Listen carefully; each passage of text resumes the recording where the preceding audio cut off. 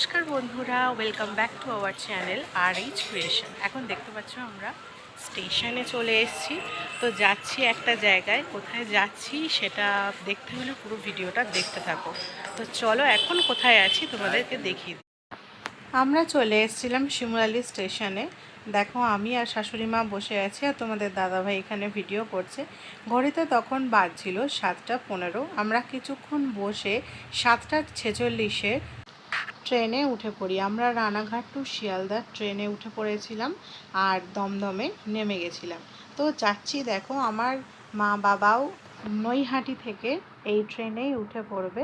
তো আমরা সকলে একসঙ্গে মিলে যাব হচ্ছে চাকলা ধাম, বাবা লোকনাথের ধাম চাকলা ধামে যাব।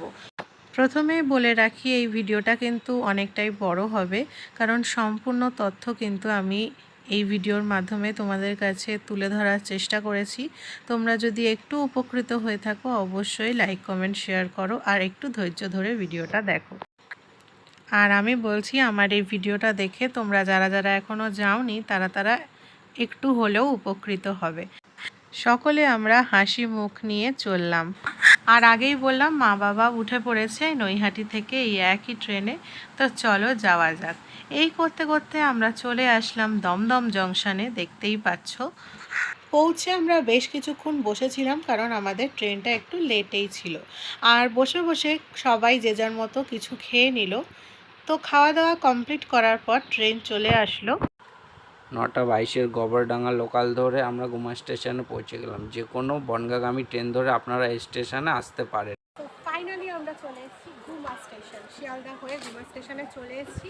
এরপর আমরা স্টেশন থেকে বেরিয়ে যাব আর এরপর যাব টোটো স্ট্যান্ডে। তো ওখান থেকে টোটো কত কি খরচা পড়ে টোটো করে যেতে সবটা ডিটেলস তোমাদের সঙ্গে জানাবো। তো চলো এখন টোটো স্ট্যান্ডে যাওয়া যাক। তারপর টোটো করে কোথায় যাই দেখতে হলে চোখ রেখো। আমরা নেমেছিলাম 2 নাম্বার প্ল্যাটফর্মে। এই 2 নাম্বার থেকে এবার আমাদের 1 নম্বরে যেতে হবে আর 1 নম্বরে আমরা চলে এসেছি। টিকিট কাউন্টারের পাশেই রয়েছে টোটো স্ট্যান্ড এবং ইঞ্জিন ভ্যানের স্ট্যান্ড, যেখান থেকে আপনারা টোটো কিংবা ইঞ্জিন ভ্যান ধরে চাকলাধামে যে কোনোভাবে পৌঁছে যেতে পারেন। টোটোতে করে গেলে মাথা পিছু 35 টাকা করে দিতে হয়। আর যদি ইঞ্জিন ভ্যানে মনে করেন যাবেন তাহলে 30 টাকা করে মাথা পিছু দিতে হবে। তবে একটা কথা, টোটো বা ইঞ্জিন ভ্যান যাতে করেই যান না কেন 5 জন না হলে কিন্তু ওনারা গাড়ি ছাড়েন না। টোটো করে চাকলাধাম যেতে 14 কিলোমিটার রাস্তা পড়ে আর 40 মিনিট টাইম লাগে টোটোতে। দিলাম তোমায়, দিলাম ডালের ফুল, মনে প্রাণে আছো তুমি, হোক না বুঝাই ভুল। ধূপ দীপ দিলাম তোমায়, দিলাম ডালের ফুল, মনে প্রাণে আছো তুমি, হোক না বুঝাই ভুল। জয় বলো বাবা লোকনাথে, জয় জয় বলো লোকনাথে। রাস্তা যেহেতু অনেকটাই, তাই সারা রাস্তায় আমরা গান করতে করতে এসেছি, যাতে মনে না হয় যে রাস্তা অনেকটা। আর এই করতে করতে পৌঁছে গেলাম বাবার ধামে। চলে আসলাম বাবার ধাম চাকলা ধাম। তো চলো সামনের গেটের দিকে যাওয়া যাক। ঢুকেই যেটা দেখতে পেলাম, ডান দিকে প্রচুর গাড়ি বাইক সব রাখা আছে। এটা গ্যারেজ টাইপের, মানে যারা 4 চাকা বা বাইকে করে আসতে চাও তাদের কিন্তু গাড়ি একদম সেভ হয়ে থাকবে, কোনো অসুবিধা হবে না। আর এই যে দেখতে পাচ্ছ লেখা আছে দান বিভাগ, এখানে তোমরা কিছু ডোনেশন করতে পারো মন্দিরের জন্য। আর লেখা আছে কাউন্টার নাম্বার 1। ওই যে কাউন্টার 1 যেখানে লেখা আছে সেখানে ভোগ প্রসাদ খাবার গ্রহণের জন্য কুপন দেওয়া হচ্ছে। আর ডান দিকে কিন্তু সমস্ত ডিটেলসে লেখা আছে, আমি আবার তোমাদের পরে দেখাচ্ছি। আর ওই যে দেখতে পাচ্ছ মন্দির। তো অবশেষে চলে এসেছি বাবা লোকনাথের জন্মস্থান চাকলা ধামে। যদিও বিতর্ক আছে যে জন্মস্থান চাকলা না কচুয়া গ্রাম, সেই বিতর্কের দিকে আমি যাচ্ছি না। তো যাব এখন, ভিতরে ঢুকবো আর কি হচ্ছে ভেতরে, কখন কি পুজো দিতে পারবে আর কি ব্যবস্থা আছে সব পরিকল্পনাটা তোমাদেরকে আমি বলবো, শেয়ার করব। তোমরা সাথে থাকো, চলো ভেতরে যাওয়া যাক। ভিতরে যাওয়ার আগে এখানে তোমাদেরকে জুতো জমা রাখতে হবে। জুতো, হেলমেট সবই তোমরা এখানে জমা রাখতে পারবে, কোনো রকম অসুবিধা নেই। এখানে দেখো লেখাই আছে জুতো প্রতি জোড়া 2 টাকা আর হেলমেট 5 টাকা। তো চলো জুতোটা রেখে আসি ওখানে। আর তারপর জুতো রাখার পর এখানে দেখতে পাচ্ছ কাউন্টার নাম্বার 1-এ তোমাদের দাদাভাই আর আমার বাবা কুপন কাটতে চলে গেছে ভোগ প্রসাদ গ্রহণের জন্য। এখানে কুপন দেওয়া হয় সকাল থেকে বেলা 12:30 পর্যন্ত। আর এখানে দেখো লিস্টে সব কিছু লেখা আছে, তোমরা পজ করে দেখে নিতে পারো। আর 12:30টার পর কিন্তু এখানে ভোগের আর কুপন দেওয়া হয় না। দেখো এখানে সব লেখা আছে, রাজভোগ 75 টাকা, খিচুড়ি ভোগ 35 টাকা, সব কিছু লিস্টে কিন্তু ডিটেলসে লেখা আছে। তো যারা যারা ভোগ গ্রহণ করতে চাও তারা কিন্তু অবশ্যই 12:30টার আগে কুপনটা কেটে নিও। আর আমরা কুপন কেটে নিয়েছি। দেখো এর সাথে সাথে আমরা আরও একটা টিকিট কেটে নিয়েছি, সেটা হচ্ছে যারা মন্দিরের গর্ভগৃহে বসে পুজো দিতে চাও তাদের জন্য বলছি, তারা অবশ্যই 100 টাকা, মাথাপিছু 100 টাকা করে টিকিট কেটে নিও, না হলে কিন্তু মন্দিরের গর্ভগৃহে বসে পুজো দিতে পারবে না। আর এরকম দেখো কিছু মানুষ তোমাদের টিপ পড়াতে চাইবে, তোমরা যদি ইচ্ছুক হও তাহলে টিপ পড়তে পারো। টিপ পড়লে এখানে কিন্তু 10 টাকা করে দিতে হবে, সেটা তোমাদের ব্যাপার, কেউ পড়তেও পারো আবার নাও পড়তে পারো।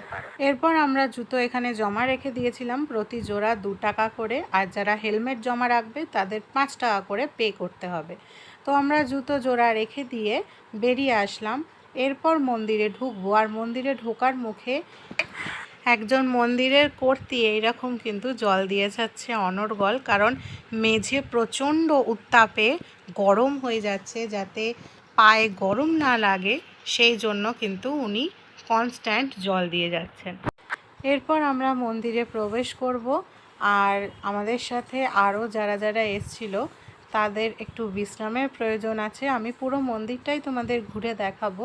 এখানে দেখো কত সুন্দর সুন্দর শিবের সব মূর্তি করা আছে, শিবের সব রকম মূর্তি রয়েছে, নটরাজ মূর্তি, তারপরে সমস্তটা তোমাদের সামনে তুলে ধরবো। যারা অনেক দূর থেকে এসে ক্লান্ত হয়ে পড়ে তারা কিন্তু এই জায়গায় সবাই বিশ্রাম নেয়। কি সুন্দর দেখো শিবের মূর্তিগুলো। আর এইখানে রয়েছেন আমাদের বাবা লোকনাথ, যার ডাকে এত দূর আসা। আর আমার বাবাকে দেখো, বাবা তো দেখেই নমস্কার করতে শুরু করে দিয়েছে। আমার বাবা কিন্তু বাবা লোকনাথের ভীষণ বড় ভক্ত, আর বাবার জন্যই কিন্তু এতটা দূর আসা। আর এখানে বসে আছে বাবার বাহন ষাঁড়। এখানে মন্দিরে 2 সাইডে 2টো বড় বড় ষাঁড়ের মূর্তি রয়েছে। তো চলো এরপর আমরা পুজোর ডালা কিনতে যাব, তার জন্য মন্দির থেকে বেরিয়ে আসি।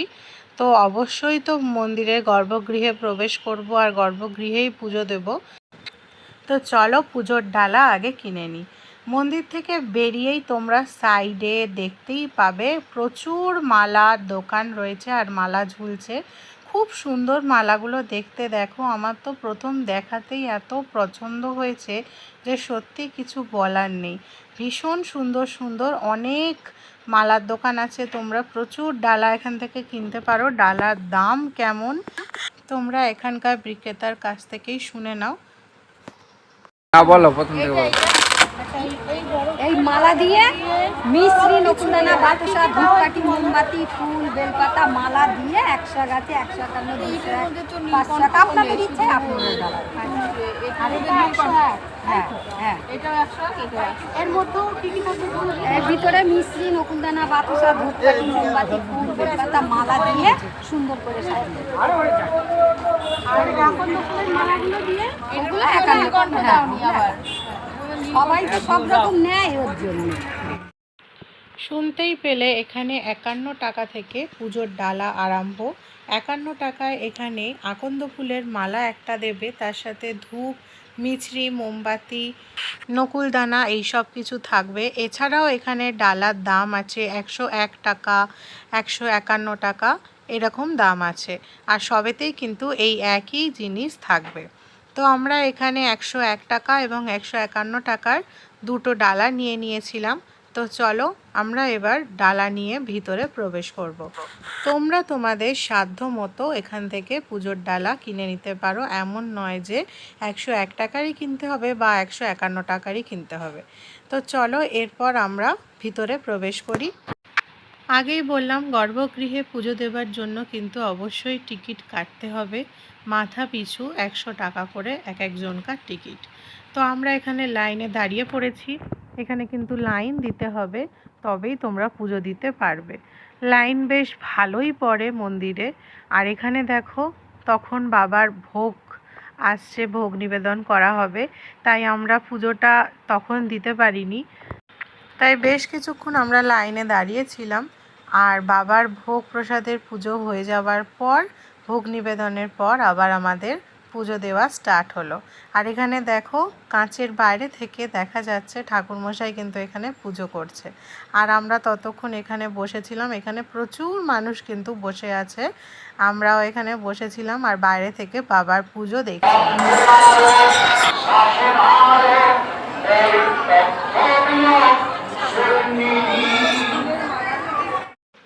ভাগ্য সুপ্রসন্ন থাকায় বাবার ভোগ হয়ে যাবার পর ভোগের থালাটা ঠাকুরমশাই আমাকেই ধরতে দেন এবং আমাকে রেখে আসতে বলে। সত্যি হয়তো সেদিন কপালটা খুব ভালো ছিল, না হলে বাবার ভোগ হওয়ার পর সেই ভোগ যে আমি রেখে আসবো এমন কপাল আমার নয়। সত্যি হয়তো সেদিন ভাগ্যটা খুব ভালো ছিল। যাই হোক, এরপর আমরা গর্ভগৃহে পুজো দিতে ঢুকে যাই। আর বাবাকে খুব ভালোভাবে পুজো দেওয়া হয়। এখানকার ঠাকুরমশাই কিন্তু খুব ভালোভাবে তোমাদের পুজো দিয়ে দেবে। আর দেখো এখানে যার যার নামে ডালা, যার যার সংকল্পে করা সব কিন্তু ওনারাই করিয়ে দেবেন।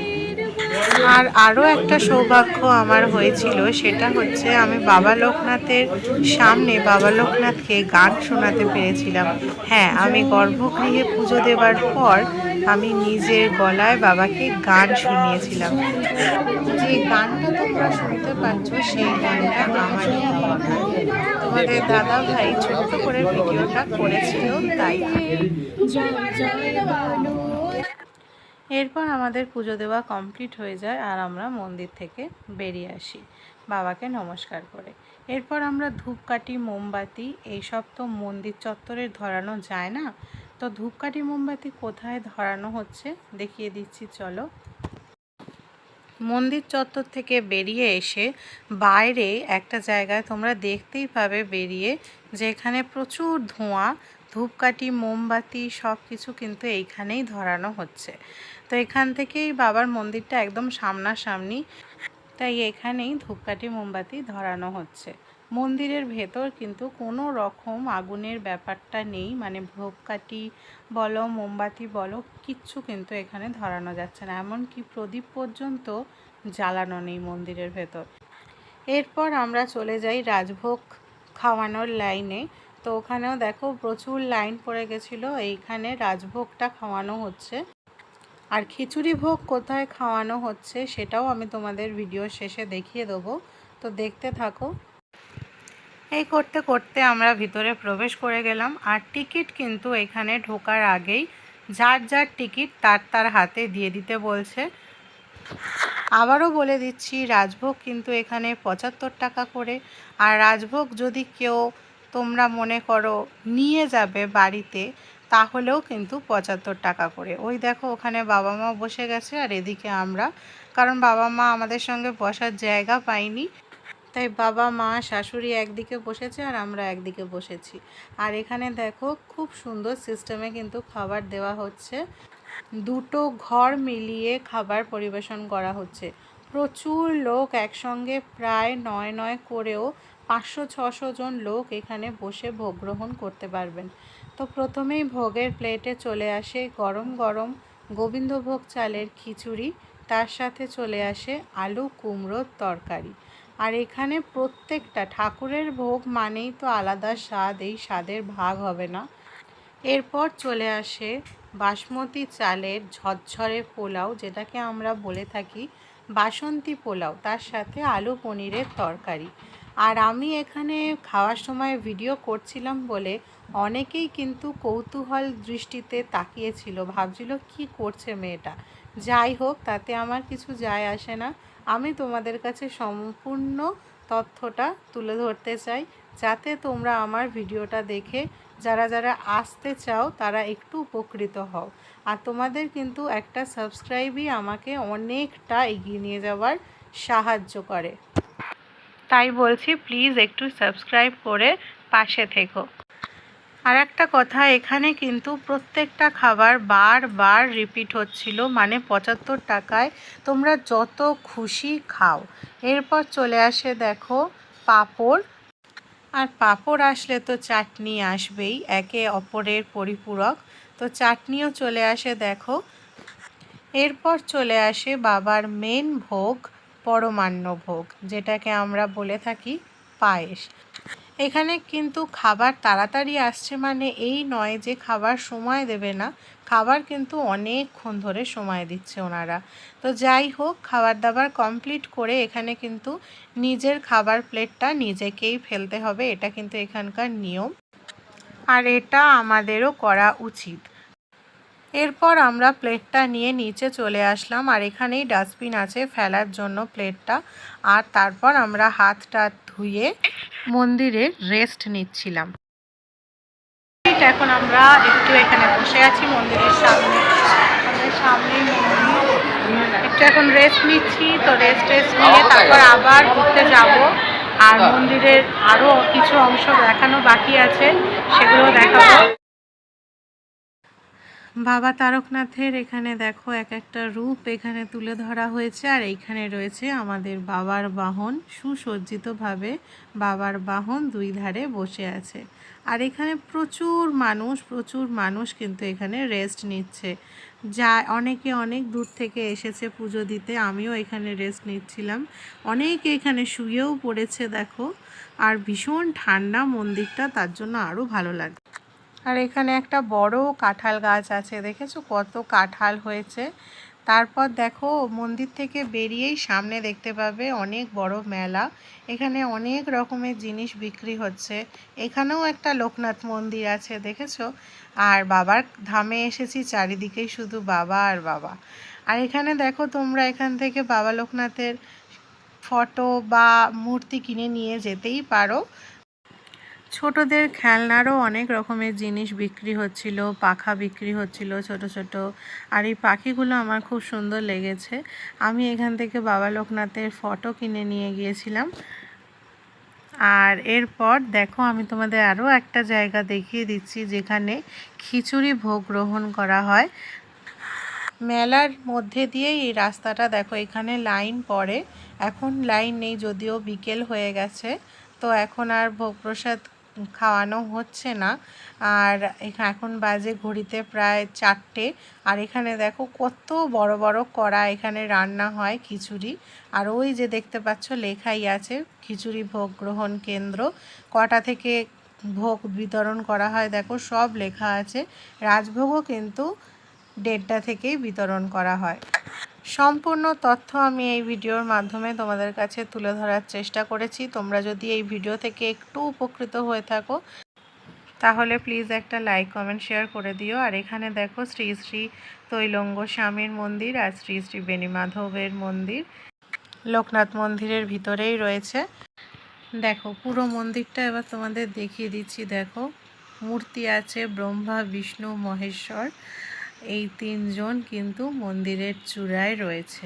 এরপর দেখো বাবা লোকনাথের বড় একটা কুমণ্ডল, কত বড়। আর এখানে যজ্ঞ হয়, এখানেই বাবা লোকনাথের যখন পুজো করা হয় তখন যজ্ঞ হয় বড় কোনো অনুষ্ঠানে। আর এখানে আমরা এরপর মন্দির থেকে বেরিয়ে যাব, বাড়ির উদ্দেশ্যে রওনা দেবো। তাই বাবা লোকনাথকে নমস্কার করে নিলাম। রণে বনে জলে জঙ্গলে যেখানেই বিপদে পড়িবে আমাকে স্মরণ করিও, আমি তোমাদের রক্ষা করিব। বাবা লোকনাথের এই বাণী মাথায় রেখে বাবা যদি আবার কোনো দিন ডাকে অবশ্যই আসবো। আজকের ভিডিওটা ভালো লেগে থাকলে অবশ্যই লাইক কমেন্ট শেয়ার করতে ভুলো না। যারা এখনও নতুন তারা প্লিজ আমার চ্যানেলটিকে সাবস্ক্রাইব করে রাখো। Thank you so much. দেখা হচ্ছে আবার নতুন ভিডিওতে, ততক্ষণের জন্য সাথে থাকো, পাশে থাকো।